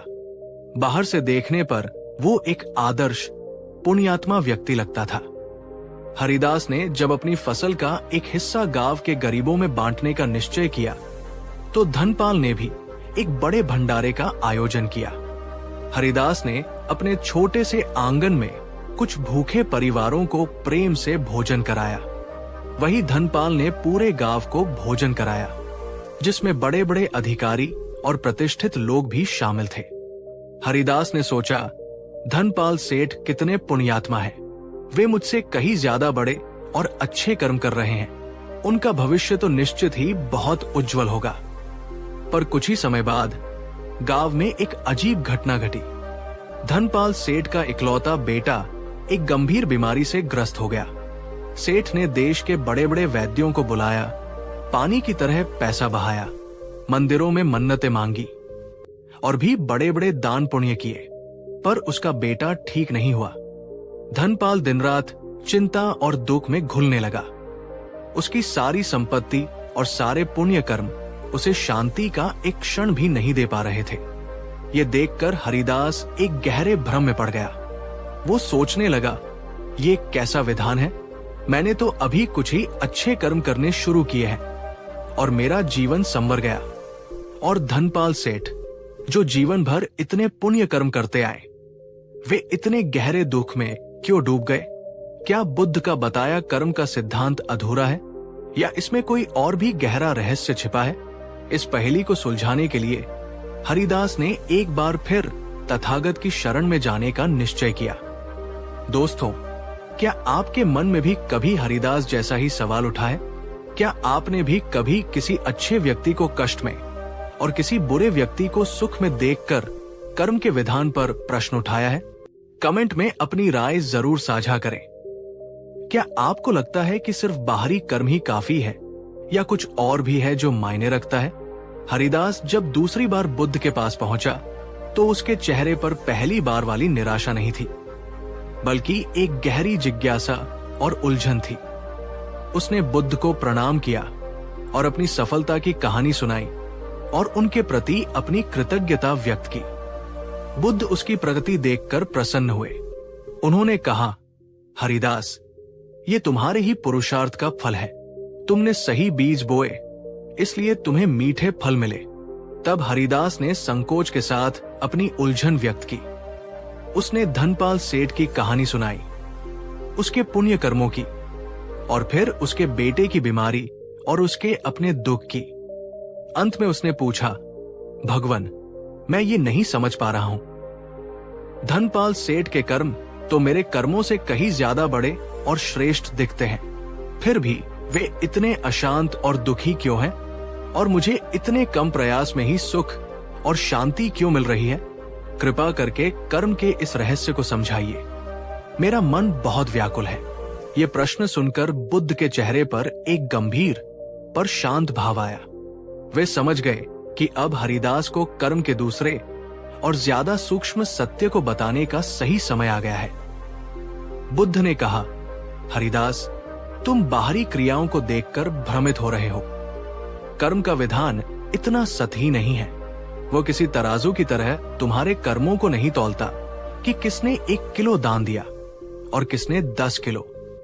कर्म का विधान तो उस मूल को देखता है जहां से कर्म का जन्म होता है, और कर्म का जन्म होता है चेतना से, जिसे तुम आम भाषा में नियत या इंटेंशन कहते हो। बुद्ध ने अपनी बात को स्पष्ट करने के लिए कहा, एक ही क्रिया, बिल्कुल एक जैसी दिखने वाली क्रिया, 2 अलग अलग नियतों से की जा सकती है, और इसीलिए उनके परिणाम भी आकाश पाताल जितने भिन्न होते हैं। कर्म केवल वो नहीं है जो तुम शरीर से करते हो। कर्म एक त्रिआयामी प्रक्रिया है, मन, वचन और काय, शरीर। और इन तीनों में भी मन अर्थात तुम्हारी चेतना, तुम्हारी नियत ही सबसे प्रधान है। तुम्हारी नियत ही तुम्हारे कर्म के बीज का डीएनए तय करती है कि वो मीठा फल देगा या कड़वा। ये सुनकर हरिदास और भी ध्यान मग्न हो गया। उसे लग रहा था कि वो ज्ञान के एक नए और गहरे सागर में प्रवेश कर रहा है। बुद्ध ने हरिदास को नियत के विज्ञान को सरल उदाहरणों से समझाना शुरू किया। उन्होंने कहा, हरिदास, कल्पना करो एक वैद्य, डॉक्टर की। वो अपनी छुरी से एक रोगी के पेट को चीरता है। इससे रोगी को पीड़ा होती है, रक्त भी बहता है। अब कल्पना करो एक डाकू की। वह भी अपनी छुरी से किसी राहगीर के पेट को चीरता है। उसे भी पीड़ा होती है और रक्त बहता है। अब तुम बताओ, बाहर से देखने पर तो दोनों की क्रिया एक जैसी है, छुरी से पेट को चीरना। पर क्या इन दोनों कर्मों का फल एक जैसा होगा? हरिदास ने तुरंत कहा, नहीं भगवान, बिल्कुल नहीं। वैद्य का कर्म पुण्य है, क्योंकि उसकी नियत रोगी की जान बचाने की थी। और डाकू का कर्म पाप है, क्योंकि उसकी नियत लूटने और हानि पहुंचाने की थी। बुद्ध के चेहरे पर संतोष की मुस्कान फैल गई। उन्होंने कहा, बिल्कुल सही, तुमने स्वयं ही रहस्य को समझ लिया। क्रिया महत्वपूर्ण नहीं है, क्रिया के पीछे की चेतना, क्रिया के पीछे की नियत ही सब कुछ है। अब धनपाल के कर्मों को इसी दृष्टि से देखो। वो दान देता है, ये बाहर से दिखता है, पर उसके मन के भीतर क्या चल रहा है? क्या वो सचमुच गरीबों की पीड़ा को महसूस करके करुणा से भरकर दान दे रहा है, या वो इसलिए दान दे रहा है ताकि समाज में उसकी प्रतिष्ठा बढ़े, लोग उसे धर्मात्मा कहें और उसे स्वर्ग में स्थान मिले? उसकी नियत में सेवा का भाव है या अहंकार और लोभ का? वो पूजा पाठ करता है, पर क्या वो ईश्वर के प्रति कृतज्ञता और समर्पण से भरकर पूजा कर रहा है, या वो ईश्वर से सौदेबाजी कर रहा है? हे भगवान, मैं तुम्हें इतना चढ़ावा चढ़ा रहा हूं, बदले में तुम मेरे बेटे को ठीक कर दो, मेरे व्यापार को बढ़ा दो। हरिदास, जब कर्म के पीछे अहंकार, लोभ, दिखावा या भय की नियत होती है, तो वो कर्म बाहर से कितना भी अच्छा क्यों न दिखे, उसका बीज कड़वा ही होता है। ऐसा कर्म तुम्हें क्षणिक सामाजिक प्रतिष्ठा तो दिला सकता है, पर आंतरिक शांति और सच्चा सुख कभी नहीं दे सकता। इसीलिए इतने पुण्य कर्म करने के बावजूद धनपाल का मन अशांत और दुखों से भरा है, क्योंकि उसके कर्मों की नींव ही अशुद्ध चेतना पर रखी है। अब अपने कर्मों को देखो। तुमने अपनी फसल का एक छोटा सा हिस्सा ही बांटा, पर तुमने उसे सच्चे हृदय से उन लोगों की पीड़ा को महसूस करके, बिना किसी दिखावे या अपेक्षा के बांटा। तुम्हारी नियत शुद्ध थी, करुणा से भरी थी। इसलिए तुम्हारा वो छोटा सा कर्म भी धनपाल के बड़े बड़े भंडारों से कहीं ज्यादा शक्तिशाली और पुण्यदायी हो गया। तुम्हारे उस कर्म ने तुम्हें न केवल बाहरी समृद्धि दी, बल्कि उससे भी कीमती आंतरिक शांति और संतोष प्रदान किया। ये सुनकर हरिदास की आंखें खुल गई। उसे समझ आया कि कर्म का गणित दुनिया के गणित से बिल्कुल अलग है। यहाँ मात्रा, क्वांटिटी नहीं, बल्कि गुणवत्ता, क्वालिटी मायने रखती है, और गुणवत्ता तय होती है हमारी नियत से। दोस्तों, बुद्ध की ये शिक्षा हमें आत्मनिरीक्षण के लिए मजबूर करती है। जरा सोचिए, हम दिन भर में जो भी काम करते हैं, चाहे ऑफिस में, घर में या समाज में, उनके पीछे हमारी असली नियत क्या होती है? क्या हम सिर्फ अपना फायदा देख रहे हैं, या उसमें सच में सेवा और प्रेम का भाव है?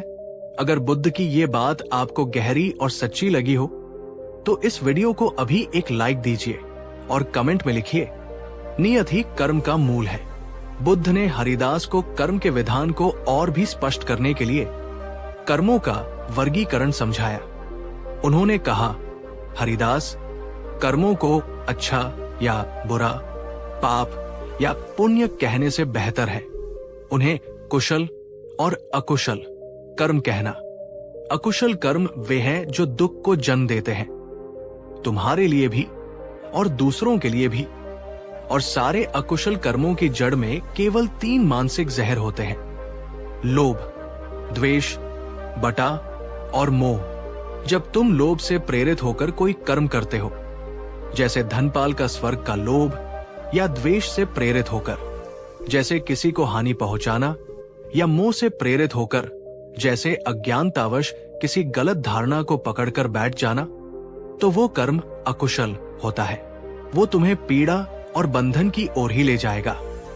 इसके विपरीत कुशल कर्म वे हैं जो सुख और शांति को जन्म देते हैं। तुम्हारे लिए भी और दूसरों के लिए भी, और सारे कुशल कर्मों की जड़ में भी केवल 3 अमृत तत्व होते हैं: अलोभ, उदारता, दान, अद्वेष, प्रेम, मैत्री, करुणा, और अमोह, प्रज्ञा, ज्ञान, समझ। जब तुम उदारता की नियत से कोई कर्म करते हो, या प्रेम और करुणा की नियत से, या सही समझ और ज्ञान के साथ, तो वो कर्म कुशल होता है। वो तुम्हें मुक्ति और आनंद की ओर ले जाएगा। इसलिए हरिदास, जब भी कोई कर्म करने चलो तो अपने आप से ये 3 प्रश्न पूछो। 1, मैं ये कर्म क्यों कर रहा हूं? मेरी असली नियत क्या है? 2, क्या इस कर्म की जड़ में लोभ, द्वेष या मोह तो नहीं है? 3, क्या इस कर्म से मेरा और दूसरों का तात्कालिक और दीर्घकालिक हित होगा? अगर तुम्हें इन प्रश्नों के उत्तर सकारात्मक और शुद्ध मिले तो समझ लेना कि तुम एक कुशल कर्म कर रहे हो, जिसका फल निश्चित ही मधुर होगा। बुद्ध की ये शिक्षा एक कंपास, दिशा सूचक यंत्र की तरह थी, जो हरिदास को अब जीवन के हर मोड़ पर सही और गलत कर्म का भेद बता सकती थी। उसे समझ आ गया था कि सिर्फ क्रियाओं को सुधारना काफी नहीं है। असली काम तो अपनी नियत को, अपने मन को शुद्ध करने का है। बुद्ध से कर्म का ये गहरा रहस्य जानकर हरिदास का हृदय कृतज्ञता से भर गया। उसे अब अपने प्रश्नों का उत्तर मिल चुका था। उसे समझ आ गया था कि कर्म का विधान अंधा नहीं है, ये तो विज्ञान से भी ज्यादा सटीक और न्यायपूर्ण है। उसने बुद्ध को वचन दिया, भगवन, अब मैं न केवल अपने बाहरी कर्मों को, बल्कि अपने मन के हर विचार और हर भावना के प्रति भी जागरूक रहूंगा। मैं अपने मन के खेत से लोभ, द्वेष और मोह के खरपतवार को निरंतर उखाड़ता रहूंगा और उसमें प्रेम, करुणा और प्रज्ञा के बीज बोऊंगा। जब हरिदास गांव लौटा तो उसके अंदर एक और भी गहरा परिवर्तन आ चुका था। अब वो सिर्फ एक मेहनती किसान नहीं, बल्कि एक जागरूक और ज्ञानी कर्मयोगी बन गया था। वो अब हर काम को एक सेवा की तरह करता। वो अपने बैलों को चारा डालते हुए उनके प्रति कृतज्ञता महसूस करता। वो अपनी पत्नी के लिए पानी भरते हुए उसके प्रति प्रेम महसूस करता। वो अपने बच्चों को सिखाते हुए उनके भविष्य के प्रति करुणा महसूस करता। यहाँ तक कि जब उसने धनपाल सेठ को दुखी देखा तो उसके मन में ये विचार नहीं आया कि देखो, इसे अपने अहंकार का फल मिला, बल्कि उसके मन में धनपाल के प्रति सच्ची करुणा जागी। वो उसके पास गया, उसके दुख में शामिल हुआ और उसे सांत्वना दी। उसने धनपाल को ये नहीं बताया कि तुम्हारे कर्मों में खोट है, बल्कि सिर्फ एक मित्र की तरह उसका हाथ थाम लिया। हरिदास का ये निस्वार्थ करुणा का कर्म शायद उसके खेत में की गई मेहनत से भी बड़ा कुशल कर्म था। उसने जान लिया था कि सबसे बड़ा कर्म है अपने मन को शुद्ध रखना और सभी प्राणियों के प्रति मैत्री का भाव रखना। तो दोस्तों, आज हरिदास की यात्रा ने हमें कर्म के एक और गहरे स्तर पर पहुंचा दिया। हमने सीखा कि हमारे कर्मों की बाहरी शक्ल सूरत से कहीं ज्यादा महत्वपूर्ण है उसके पीछे छिपी हमारी नियत, हमारी चेतना। आज का सबसे बड़ा सबक, कर्म का फल क्रिया से नहीं, चेतना से तय होता है। एक शुद्ध नियत से किया गया छोटा सा काम भी अशुद्ध नियत से किए गए बड़े बड़े यज्ञों और दानों से श्रेष्ठ है। लेकिन कर्म का रहस्य अभी भी पूरी तरह से नहीं खुला है। अगर हमारी नियत ही सब कुछ है, तो क्या अतीत में की गई गलतियों का, अशुद्ध नियत से किए गए कर्मों का कोई प्रायश्चित है? क्या पुराने बुरे कर्मों के फल को मिटाया जा सकता है या उन्हें भोगना ही पड़ेगा? और ये जो कर्म फल है, ये हमें मिलता कब और कैसे है? क्या इसका कोई समय निर्धारित है? इन सभी जटिल और महत्वपूर्ण प्रश्नों के उत्तर हम जानेंगे अपनी श्रृंखला के तीसरे एपिसोड में, जिसका शीर्षक है क्या पुराने कर्मों का फल मिट सकता है? बुद्ध ने बताया कर्म शुद्धि का मार्ग। पिछले 2 एपिसोड्स में हमने बुद्ध के दिखाए मार्ग पर चलते हुए ये समझा कि भाग्य केवल एक मन का भ्रम है और हमारे जीवन की बागडोर पूरी तरह से हमारे कर्मों के हाथ में है। हमने ये भी जाना कि कर्म का फल बाहरी क्रिया से नहीं, बल्कि हमारी आंतरिक नियत या चेतना से तय होता है। लेकिन जब हम अपने भीतर झांकते हैं, जब हम अपने अतीत के पन्नों को पलटते हैं, तो एक बहुत ही असहज और चुभने वाला प्रश्न हमारे सामने खड़ा हो जाता है। उन कर्मों का क्या जो हम अतीत में कर चुके हैं? उन गलतियों का क्या जो हमने अज्ञानतावश क्रोध में या लोभ में आकर की थी? उन कड़वे बीजों का क्या जिन्हें हम जाने अनजाने अपने जीवन के खेत में बो चुके हैं? क्या हमें उनके कड़वे फलों को भोगने के लिए विवश होना ही पड़ेगा? क्या अतीत के बुरे कर्म एक ऐसी अमिट लकीर है जिसे कभी मिटाया नहीं जा सकता? क्या हम हमेशा अपने अतीत के कैदी बनकर रहेंगे? ये डर, ये अपराध बोध, गिल्ट अक्सर हमें आगे बढ़ने से रोकता है। हमें लगता है कि हमारा भविष्य हमारे अतीत की गलतियों से पहले ही दागी हो चुका है। तो आज के इस एपिसोड में हम इसी सबसे बड़े प्रश्न का उत्तर खोजने का प्रयास करेंगे। हम जानेंगे कि गौतम बुद्ध ने कर्मफल की इस जटिल गुत्थी को कैसे सुलझाया। क्या पुराने कर्मों के फल को पूरी तरह से मिटाया जा सकता है या उसे कम किया जा सकता है? और अगर हाँ, तो उसका मार्ग क्या है? आज की कहानी में हम हरिदास और धनपाल सेठ के जीवन में और गहरे उतरेंगे और एक नए अत्यंत महत्वपूर्ण पात्र से मिलेंगे जो हमें कर्म शुद्धि का मार्ग दिखाएगा। ये एपिसोड आत्मग्लानि और अतीत के बोझ से मुक्ति पाने की कुंजी हो सकता है, इसलिए इसे पूरे ध्यान और खुले मन से अंत तक जरूर सुनिएगा। तो चलिए अपने अतीत के सायों से बाहर निकलकर वर्तमान की शक्ति को समझने की इस यात्रा पर आगे बढ़ते हैं। बुद्ध से कर्म और नियत का गहरा रहस्य जानकर लौटने के बाद हरिदास के जीवन में मानो वसंत आ गया था। वो अब न केवल कड़ी मेहनत करता, बल्कि हर काम को पूरी जागरूकता, प्रेम और करुणा के साथ करता। उसका जीवन एक सतत साधना बन गया था। उसकी समृद्धि दिन प्रतिदिन बढ़ रही थी, पर उससे भी ज्यादा बढ़ रही थी उसके मन की शांति और संतोष। वहीं दूसरी ओर धनपाल सेठ का जीवन पतझड़ की तरह हो गया था। उसके बेटे की बीमारी बढ़ती जा रही थी और सेठ दुख, क्रोध और हताशा में डूबता जा रहा था। उसने पूजा पाठ, दान पुण्य सब कुछ लगभग बंद कर दिया था। वो हर किसी पर चिल्लाता और कहता, कोई भगवान नहीं है, कोई पुण्य कर्म नहीं है, सब धोखा है। एक दिन जब हरिदास अपने खेत से लौट रहा था, तो उसने देखा कि धनपाल का एक पुराना वफादार सेवक, जिसे सेठ ने हाल ही में क्रोध में आकर नौकरी से निकाल दिया था, भूख से व्याकुल होकर रास्ते में बैठा रो रहा था। हरिदास का हृदय करुणा से भर गया। वो उसे अपने घर ले आया, उसे भोजन कराया और उसे अपने यहाँ काम पर रख लिया। ये बात जब गांव में फैली तो कुछ ईर्ष्यालु लोगों ने धनपाल सेठ के कान भरने शुरू कर दिए।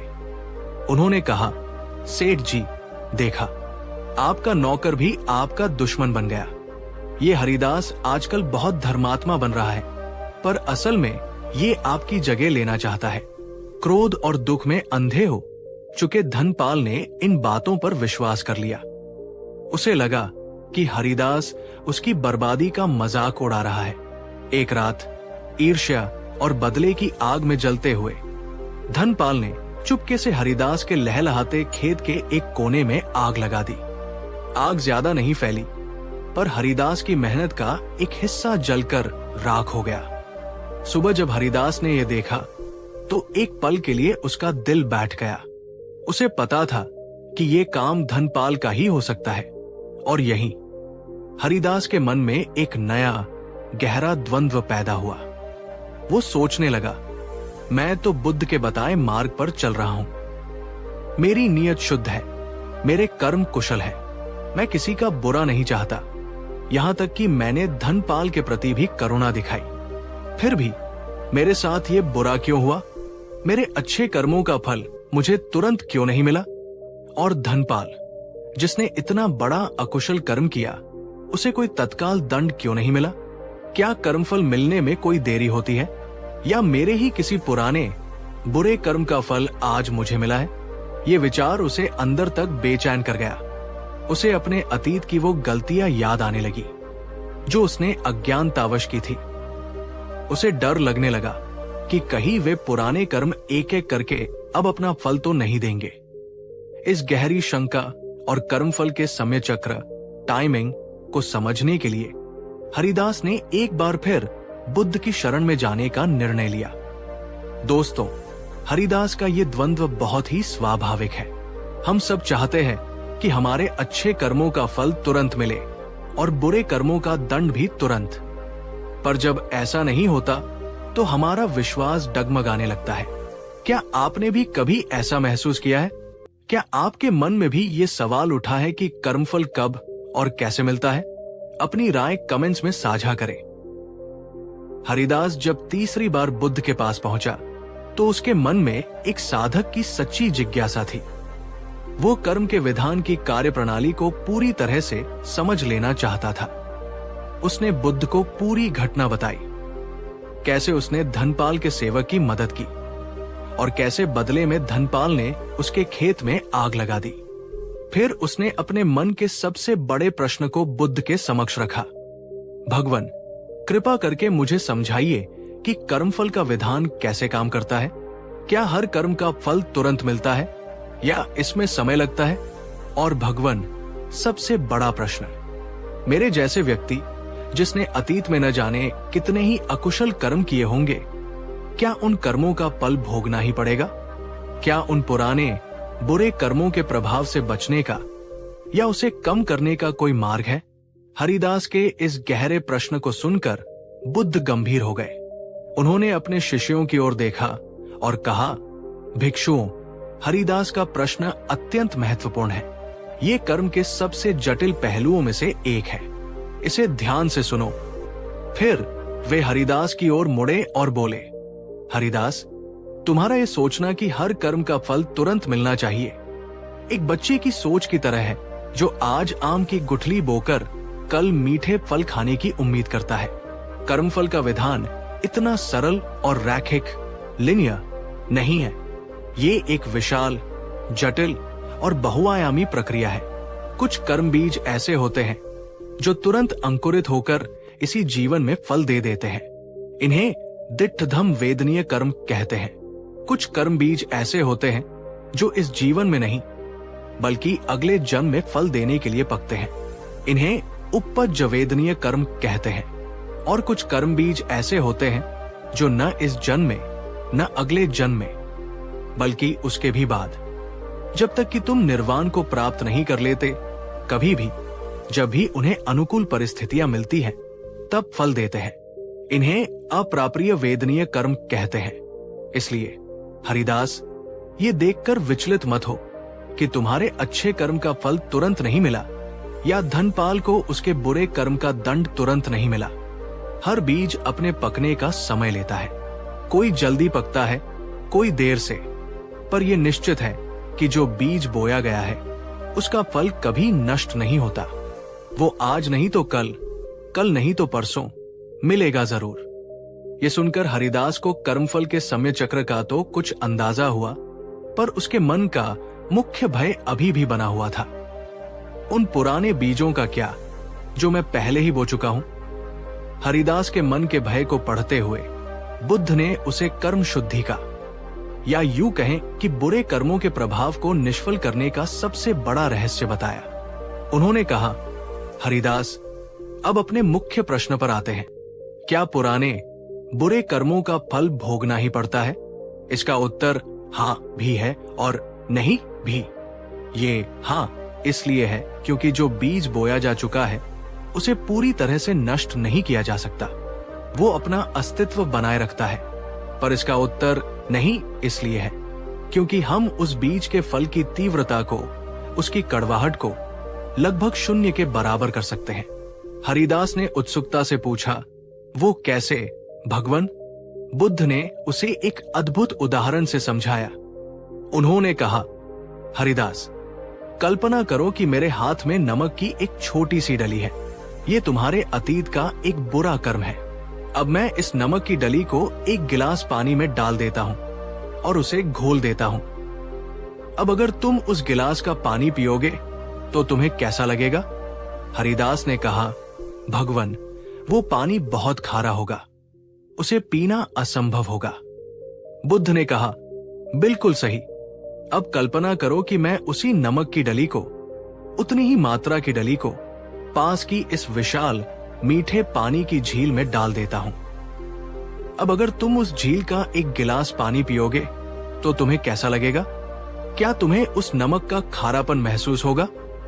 हरिदास की आंखें आश्चर्य से फैल गई। उसने कहा, नहीं भगवान, झील इतनी विशाल है कि उस एक छोटी सी डली का खारापन उसमें पता ही नहीं चलेगा। पानी मीठा का मीठा ही रहेगा। बुद्ध के चेहरे पर एक प्रज्ञा की दीप्ति छा गई। उन्होंने कहा, बस हरिदास, यही कर्म शुद्धि का सबसे बड़ा रहस्य है। वो नमक की डली तुम्हारा अतीत का बुरा कर्म है और वो पानी तुम्हारा वर्तमान का चित्त, मन और तुम्हारे वर्तमान के कुशल कर्म है। जब एक व्यक्ति का चित्त छोटा होता है, संकीर्ण होता है, जब वो अच्छे कर्म बहुत कम करता है और उसका जीवन पापों से भरा होता है, तो उसका जीवन उस एक गिलास पानी की तरह होता है। तब अतीत का एक छोटा सा बुरा कर्म भी जब फल देता है तो वो उसके जीवन में जहर घोल देता है, उसे असहनीय पीड़ा देता है। लेकिन जब एक व्यक्ति अपने चित्त को विशाल बना लेता है, जब वो निरंतर मैत्री, करुणा, मुदिता, दूसरों की खुशी में खुश होना और उपेक्षा, समता का भाव का अभ्यास करता है, जब वो निरंतर दान, शील, नैतिक आचरण और भावना, ध्यान के कुशल कर्म करता रहता है, तो उसका जीवन उस विशाल झील की तरह हो जाता है। तब जब अतीत का वही छोटा सा बुरा कर्मरूपी नमक की डली फल देने के लिए आती भी है, तो वो उसके विशाल और शुद्ध चित्तरूपी जल में घुल मिलकर अपना प्रभाव खो देती है। उसे शायद पता भी नहीं चलता कि कब कोई बुरा कर्म फल देकर चला गया। उसके जीवन की मिठास, उसकी शांति बनी रहती है। इसलिए हरिदास, अतीत की गलतियों पर रोने और ग्लानि में डूबने से कुछ नहीं होगा। वो तो समय की बर्बादी है। अगर तुम अतीत के बुरे कर्मों के प्रभाव से बचना चाहते हो तो उसका एकमात्र उपाय है, वर्तमान में इतने अधिक, इतने शक्तिशाली और इतने निरंतर कुशल कर्म करो कि तुम्हारा चित्त एक विशाल झील बन जाए, जिसमें अतीत के छोटे मोटे कंकड़ पत्थर कोई हलचल ही पैदा न कर सके। ये सुनकर हरिदास को लगा जैसे उसके सिर से जन्मों का बोझ उतर गया हो। उसे मुक्ति का, शुद्धि का एक स्पष्ट और व्यावहारिक मार्ग मिल गया था। दोस्तों, बुद्ध की ये नमक की डली की उपमा कितनी अद्भुत और जीवन बदलने वाली है। ये हमें सिखाती है कि अतीत को बदला नहीं जा सकता, पर वर्तमान के कुशल कर्मों से उसके प्रभाव को शून्य किया जा सकता है। अगर इस शिक्षा ने आपके मन को छुआ है और आपको अतीत के बोझ से मुक्त होने की आशा दी है, तो इस वीडियो को अभी एक लाइक दीजिए और कमेंट में लिखिए, मैं अपने वर्तमान को शक्तिशाली बनाऊंगा। बुद्ध ने अपनी बात को और भी पुष्ट करने के लिए हरिदास और अपने शिष्यों को एक जीवंत, घटित हुई घटना का उदाहरण दिया। क्रूर डाकू अंगुलिमाल की कथा। बुद्ध ने बताया, श्रावस्ती के जंगलों में एक समय अंगुलिमाल नाम का एक खूंखार डाकू रहता था। उसने अपने गुरु के बहकावे में आकर ये प्रतिज्ञा ली थी कि वो 1000 पुरुषों की हत्या करके उनकी उंगलियों की माला पहनेगा। वो 999 लोगों की हत्या कर चुका था। उसके नाम से पूरा राज्य कांपता था। उसके कर्म कितने भयानक थे, कितने अकुशल थे, इसकी कल्पना करो। कर्म के सामान्य विधान के अनुसार उसे कई कल्पों तक नरक की असहनीय पीड़ा भोगनी पड़ती। पर फिर क्या हुआ? मेरी उससे भेंट हुई। धर्म के उपदेश ने उसके भीतर सोई हुई मानवता को जगा दिया। उसे अपनी गलतियों पर तीव्र पश्चाताप हुआ। उसने हिंसा का मार्ग छोड़ दिया और भिक्षु संघ में शामिल हो गया। भिक्षु बनने के बाद उसने अपने चित्त को शुद्ध करने के लिए कठोर साधना की। उसने दिन रात ध्यान किया। जब वो भिक्षा के लिए गांव में जाता तो लोग उसे पत्थर मारते, गालियां देते, क्योंकि वे उसके अतीत को भूले नहीं थे। ये उसके पुराने कर्मों का फल था जो उसे मिल रहा था। पर अंगुलिमाल उन सब पत्थरों और गालियों को शांत भाव से, समता से सहता रहा। उसके मन में उन लोगों के प्रति कोई क्रोध या द्वेष नहीं जागा। वो अपने मन में सभी के लिए मैत्री और करुणा का भाव रखता। अपने इस तीव्र पश्चाताप, कठोर साधना और वर्तमान के अत्यंत शक्तिशाली कुशल कर्मों के बल पर उसने अपने चित्त को इतना विशाल और शुद्ध बना लिया कि उसके 1999 हत्याओं जैसे भयानक कर्मों का प्रभाव भी क्षीण पड़ गया और अंत में इसी जीवन में वो एक अरहत पूर्ण ज्ञानी बनकर निर्वाण को उपलब्ध हुआ। तो हरिदास, अगर अंगुलिमाल जैसा महापापी भी अपने वर्तमान के पुरुषार्थ से अपने अतीत के भयानक कर्मों के फल को पार कर सकता है, तो तुम, जिसने तो बहुत छोटे मोटे अकुशल कर्म ही किए होंगे, क्यों नहीं कर सकते? अंगुलिमाल की ये सच्ची कहानी सुनकर हरिदास और वहां उपस्थित सभी लोगों के रोंगटे खड़े हो गए। उन्हें कर्म के विधान और वर्तमान क्षण की शक्ति पर अटूट विश्वास हो गया। अब हरिदास को कर्म शुद्धि का स्पष्ट, व्यावहारिक और प्रमाणित मार्ग मिल चुका था। उसे समझ आ गया था, 1. अतीत पर पछताना व्यर्थ है, जो हो गया सो हो गया। उसे पकड़कर बैठने से केवल दुख मिलेगा। 2. वर्तमान ही शक्ति है हमारे हाथ में, केवल अभी और यहां है। यही वो क्षण है जहां हम अपने भविष्य को बदल सकते हैं। 3. चित्त को विशाल बनाना है निरंतर कुशल कर्मों, दान, शील, भावना, मैत्री, करुणा के अभ्यास से अपने मन को इतना बड़ा और शुद्ध बनाना है कि अतीत के बुरे कर्म अपना असर खो दें। वो एक नए संकल्प के साथ गांव लौटा। अब उसके मन में न भविष्य की चिंता थी, न अतीत का बोझ।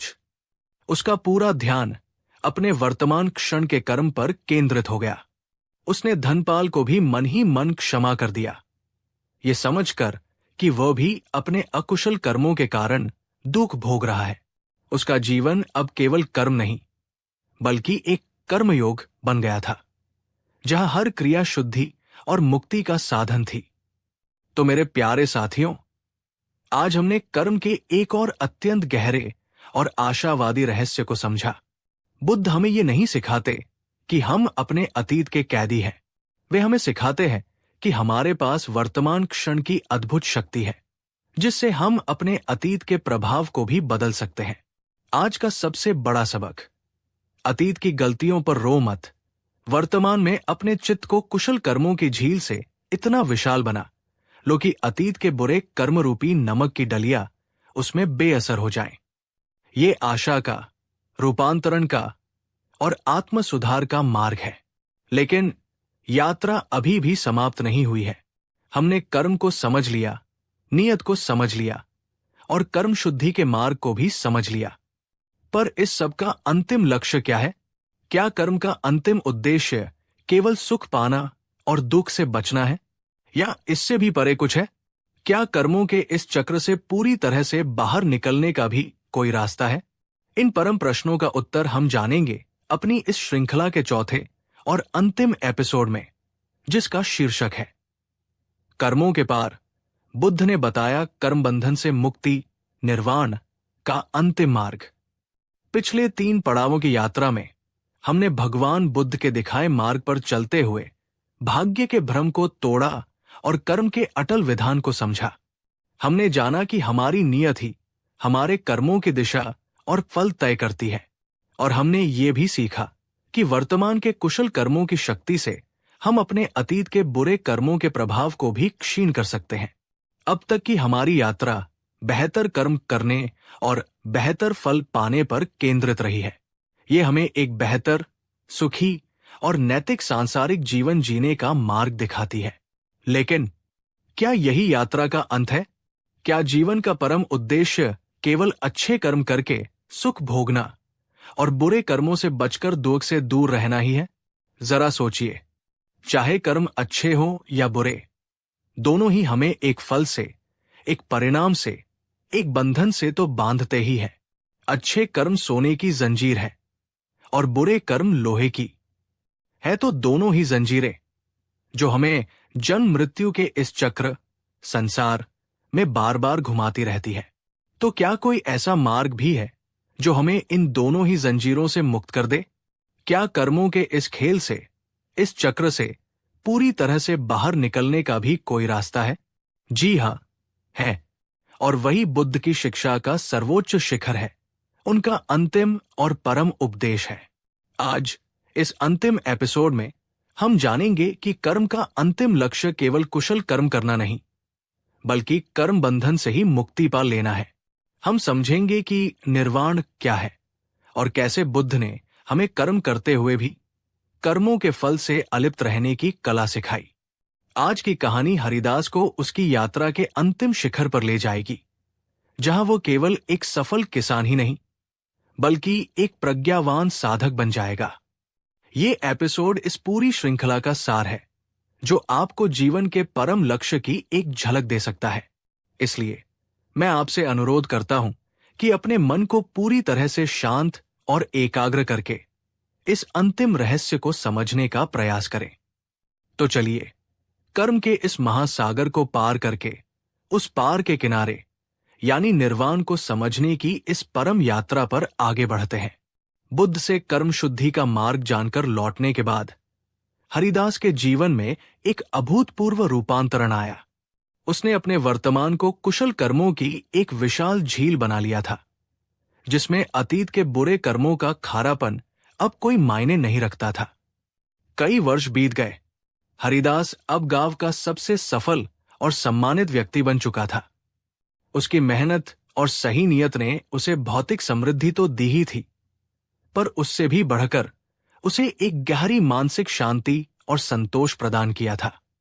वो अब किसी भी परिस्थिति में विचलित नहीं होता था। अगर फसल अच्छी होती तो वो कृतज्ञ होता, अहंकार नहीं करता। अगर कभी कोई नुकसान हो जाता तो वो उसे अपने किसी पुराने कर्म का फल समझकर शांत भाव से स्वीकार कर लेता और फिर से अपने पुरुषार्थ में लग जाता। उसने धनपाल को भी क्षमा कर दिया था। समय के साथ अपने कर्मों का फल भोगते हुए धनपाल का अहंकार भी टूट चुका था और वो एक शांत, एकाकी जीवन जी रहा था। हरिदास अक्सर उसकी भी निस्वार्थ भाव से मदद कर दिया करता था। बाहर से देखने पर हरिदास का जीवन परिपूर्ण था। उसने कर्म के विधान को समझकर अपने जीवन को दुख से सुख की ओर मोड़ लिया था। लेकिन जैसे जैसे उसका मन और शांत और सूक्ष्म होता गया, उसके भीतर एक नई और बहुत ही गहरी बेचैनी जन्म लेने लगी। वो अक्सर एकांत में बैठकर सोचता, मैंने बुरे कर्मों को छोड़कर अच्छे कर्म करना सीख लिया। इससे मुझे सुख और शांति मिली, पर यह सुख भी तो अस्थाई ही है। आज मैं स्वस्थ हूं, कल बीमार पड़ सकता हूं। आज मेरे प्रियजन मेरे साथ हैं, कल वे बिछड़ सकते हैं। ये सफलता भी तो स्थायी नहीं है।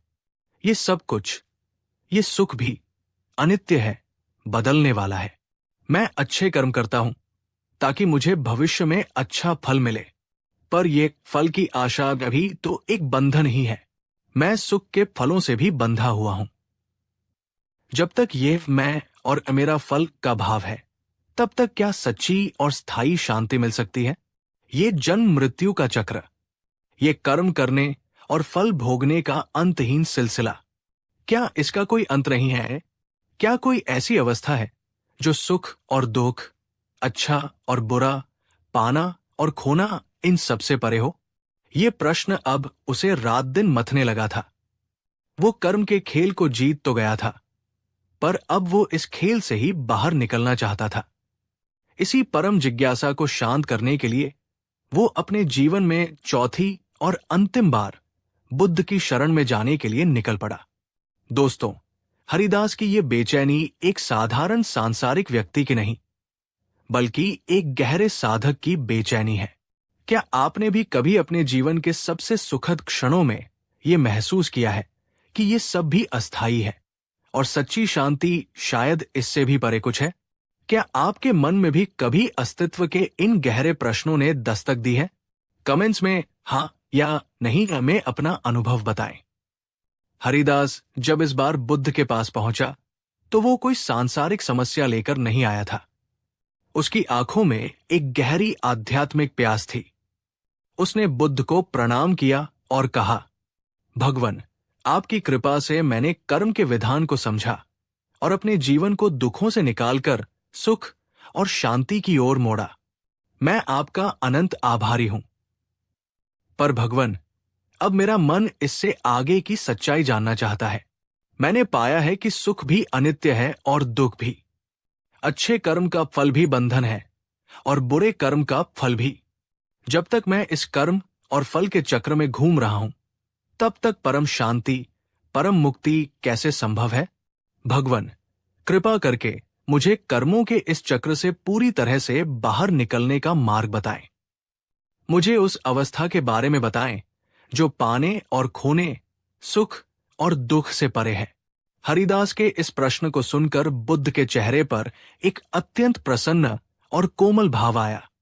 ये वही प्रश्न था जिसे सुनने के लिए वे वर्षों से प्रतीक्षा करते हैं।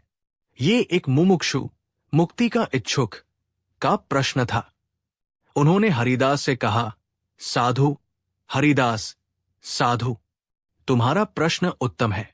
तुमने कर्म यात्रा के अंतिम और सर्वोच्च लक्ष्य को जानने की इच्छा प्रकट की है। अधिकांश लोग तो सुख और स्वर्ग के स्तर पर ही अटक जाते हैं, पर तुम उससे भी आगे जाना चाहते हो। हां हरिदास, एक ऐसी अवस्था है जो सुख और दुख दोनों से परे है। एक ऐसा किनारा है जो जन्म और मृत्यु की इस नदी के उस पार है। एक ऐसी परम शांति है जिसे कोई सांसारिक आंधी तूफान छू नहीं सकता। उसी अवस्था को निर्वाण कहते हैं, यानी तृष्णा की आग का बुझ जाना।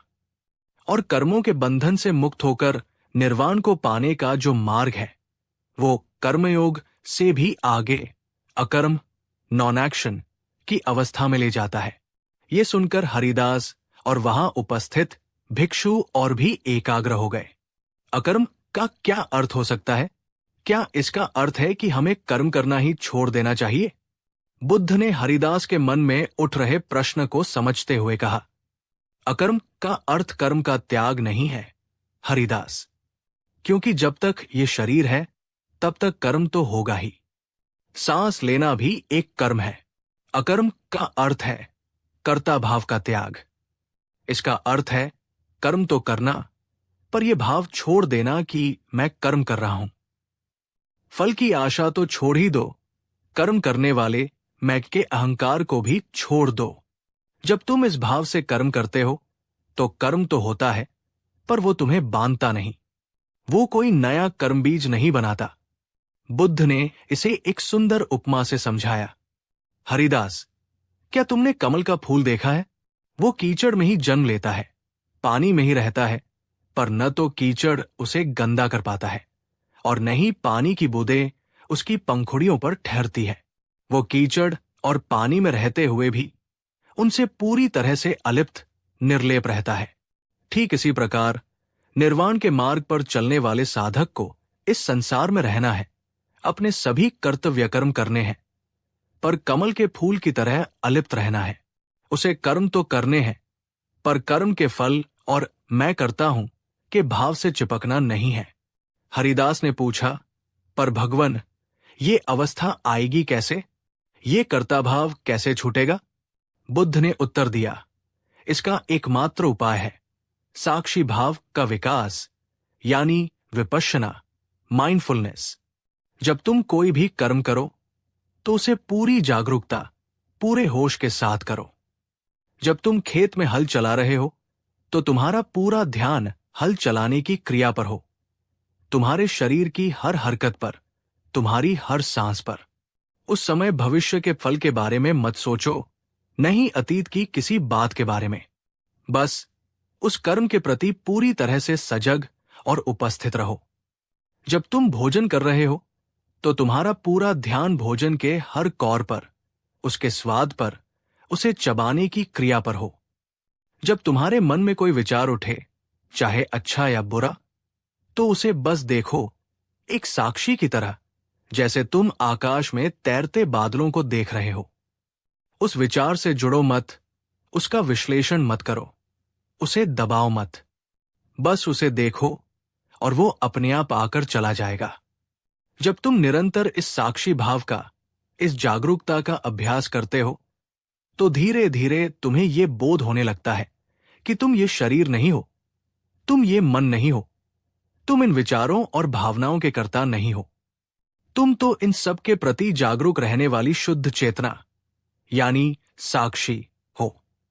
और जिस क्षण ये कर्ता भाव पूरी तरह से विलीन हो जाता है, जिस क्षण तुम केवल एक शुद्ध साक्षी रह जाते हो, उसी क्षण तुम कर्म बंधन से मुक्त हो जाते हो। तब तुम्हारे द्वारा कर्म तो होते हैं, पर वे भुने हुए बीज की तरह होते हैं जो फिर से अंकुरित नहीं हो सकते। तब तुम जीवन मुक्त हो जाते हो। ये बुद्ध की शिक्षा का सर्वोच्च शिखर था। कर्मयोग से भी आगे ध्यान योग का मार्ग, जो कर्म बंधन का ही क्षय कर देता है। दोस्तों, बुद्ध की ये साक्षी भाव की शिक्षा अत्यंत गहरी है। ये हमें सिखाती है कि सच्ची मुक्ति कर्म करने या न करने में नहीं, बल्कि कर्म को किस भाव से किया जा रहा है उसमें है। अगर आपको ये अंतिम रहस्य समझ में आ रहा है और आप भी अपने जीवन में इस साक्षी भाव को लाने का प्रयास करना चाहते हैं, तो इस वीडियो को एक लाइक दीजिए और कमेंट में लिखिए, मैं करता नहीं, साक्षी बनूंगा बनूंगी।